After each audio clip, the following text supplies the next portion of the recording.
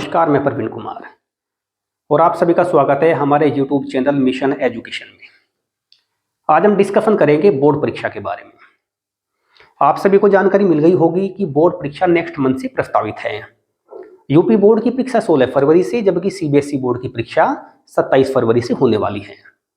देखो, हर कोई चाहता है कि बोर्ड परीक्षा में उसकी परफॉर्मेंस अच्छी हो, क्योंकि बोर्ड परीक्षा में दी गई बेटर परफॉर्मेंस स्टूडेंट की उत्कृष्टता का पैमाना होती है। और हालांकि मैं नंबर सिस्टम में बिलीव नहीं करता, बट मुझे भी ये एक्सेप्ट करने में कोई संकोच नहीं है कि बोर्ड परीक्षा में प्राप्त की गई अंकों के आधार पर एक निश्चित लेवल तक हम स्टूडेंट की श्रेष्ठता का आकलन कर सकते हैं। इसलिए हर किसी की इच्छा होती है कि बोर्ड परीक्षा में उसकी परफॉर्मेंस अच्छी हो।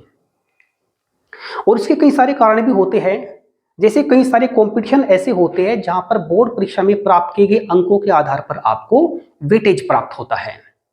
और इसका दूसरा महत्वपूर्ण कारण ये होता है कि बोर्ड परीक्षा में अच्छी परफॉर्मेंस के बाद में जब आपको school level, district level, state level और नेशनल लेवल पर कोई प्राइज मिलता है, रेस्पेक्ट मिलती है, तो उसका कोई विकल्प नहीं होता। और 20 साल बाद में यदि आप अपनी मार्कशीट अपने हाथों में लेकर देखते हो तो उसमें की गई अच्छी परफॉर्मेंस 20 साल बाद भी आपको गुदगुदी का एहसास दिलाती है, आपको एक प्राउड फील होता है। इसलिए हर कोई चाहता है कि बोर्ड परीक्षा में उसकी परफॉर्मेंस अच्छी हो, बट सवाल वही होता है कि बोर्ड परीक्षा में अच्छी परफॉर्मेंस दे कैसे। तो यहाँ पर बच्चों मैं कुछ टिप्स आपको दूंगा और मुझे उम्मीद है अगर आप उन्हें कायदे के साथ में फॉलो करोगे तो वे आपके लिए काफी हेल्पफुल साबित हो सकती है। इसमें सबसे पहले क्या होता है, कंप्लीट द सिलेबस। देखो, जल्दी से जल्दी आपको अपना सिलेबस कंप्लीट कर लेना चाहिए। और अब तक आपने जो कुछ पढ़ा है, अब आपको उससे इतर कुछ भी नया नहीं पढ़ना है। अब तक जो आपने पढ़ा है उसे केवल आपको रिवाइज करना है। तो यदि आपका सिलेबस कंप्लीट हो चुका हो तो फिर आपको क्या करना है, फिर आपको अपने रिसोर्सेज सेट करने हैं। देखो, कई सारी बुक्स आपको नहीं पढ़नी है। मान लो एक सब्जेक्ट की आपने 10 बुक पढ़ दी, तो उन्हें आप रिपीट नहीं कर पाओगे। और जब तक बुक को आप रिपीट नहीं करोगे तब तक आप बेहतर नतीजों की उम्मीद नहीं कर सकते। तो मेरे कहने का मतलब है कि रिसोर्सेज अपने पास सीमित रखिए। जैसे आपके पास टेक्स्ट बुक है, टेक्स्ट बुक तो रखनी पड़ेगी आपको। तो टेक्स्ट बुक के साथ या तो आप अपने नोट्स रख लीजिए, या फिर आप सैंपल पेपर रख लीजिए, या फिर आप प्रैक्टिस पेपर रख लीजिए, या फिर आप सेल्फ स्टडी रख लीजिए, अथवा आप किसी प्राइवेट पब्लिकेशन या क्वेश्चन बैंक रख लीजिए। मीन्स आपको 2-3 से ज्यादा बुक्स आपको नहीं रखनी है, ताकि आप उनका अधिक से अधिक रिवीजन कर सकते हो। क्योंकि जब तक आप उनका अधिक से अधिक रिवीजन नहीं करोगे तो बेहतर नतीजे आपके पक्ष में नहीं हो सकते। तो रिसोर्सेज यदि आपने सेट कर लिए हैं तो उसके बाद नंबर आता है टाइम शेड्यूल का। देखो, यदि आपको एक निश्चित लेवल से ऊपर उठना है तो सिस्टम को आपको फॉलो करना ही पड़ेगा। और टाइम शेड्यूल बनाए बिना आपकी परफॉर्मेंस एक निश्चित लेवल से अच्छी नहीं हो सकती। तो बच्चों, टाइम शेड्यूल आपको इस ढंग से बनाना है कि उसमें आपके पर डे 3 सब्जेक्ट कवर हो जाए। और टाइम शेड्यूल आपको केवल 6 वर्किंग डेज के आधार पर बनाना है, क्योंकि जो आपका 7th डेज होगा, मीन संडे होगा, उसमें कुछ आपको नया नहीं पढ़ना है। 6 वर्किंग डेज में जो कुछ आपने पढ़ा है उसे केवल आपको रिपीट करना है। और मन ही मन आकलन करके देखना कि 6 दिन मैंने जो पढ़ा है वो मेरे मस्तिष्क में है अथवा नहीं है, अर्थात मैंने कितना कैच किया है। तो ये कार्य जब आपका हो जाए, फिर आते हैं राइटिंग स्किल। देखो, राइटिंग स्किल बड़ी इंपॉर्टेंट होती है और राइटिंग स्किल पर सब्जेक्ट आपको 4 से लेकर 10 नंबर तक आपको अप डाउन कर सकती है। देखो, कुछ बच्चों की राइटिंग स्किल बहुत अच्छी होती है, गॉड गिफ्टेड होती है, और कुछ की राइटिंग ठीक ठाक होती है, तो भी कोई दिक्कत नहीं है। बट यदि आपकी राइटिंग बहुत ही ज्यादा वीक है तो वो आपको 4 से लेकर 9-10 नंबर तक भी आपको अप डाउन कर सकती है। तो राइटिंग स्किल आपको ठीक ठाक रखनी चाहिए।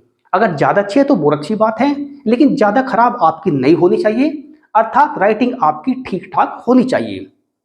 अब क्या बात आती है, अब आती है एग्जाम्स डे की।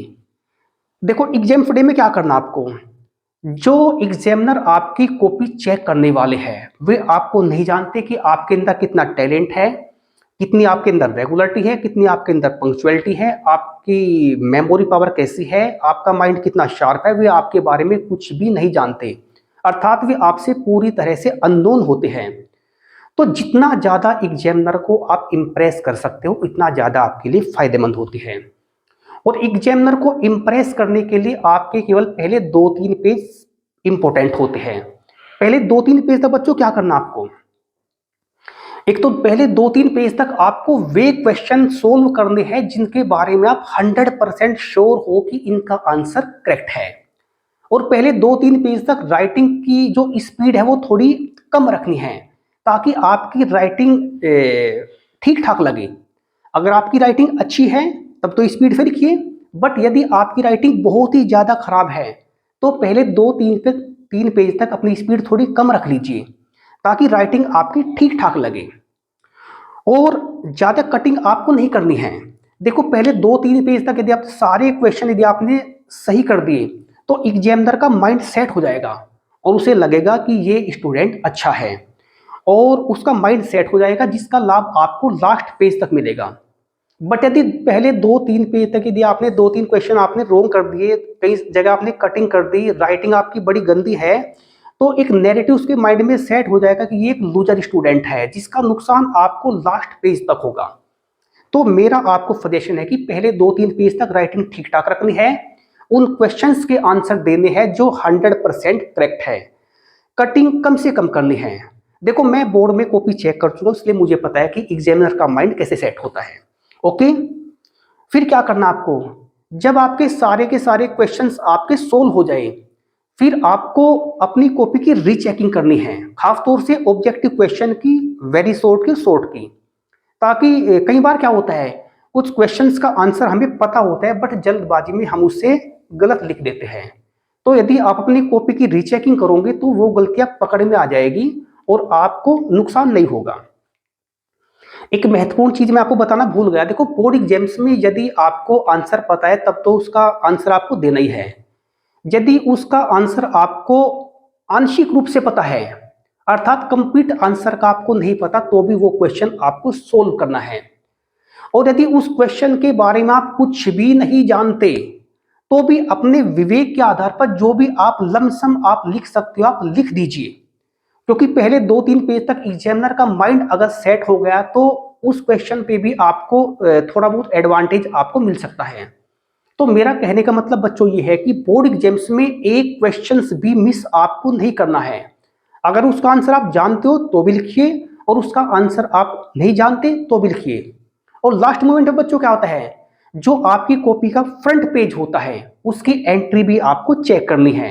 मीन्स आपका अनुक्रमांक क्या है, centre code, subject code, college code. क्योंकि कई बार क्या होता है कि जल्दबाजी में हम अपनी एंट्री गलत कर देते हैं और खासतौर से जो 10th यूपी के छात्र छात्राएं हैं, क्योंकि अब की बार 20 नंबर की उनकी परीक्षा OMR पे होनी है और OMR कंप्यूटर द्वारा स्कैन की जाती है और उसमें यदि आपकी मिस्टेक है, यदि आपकी गलती है तो फिर वो कंप्यूटर उस कॉपी को स्कैन नहीं कर पाएगा और डायरेक्टली आपको 20 मार्क्स का आपको लॉस हो सकता है।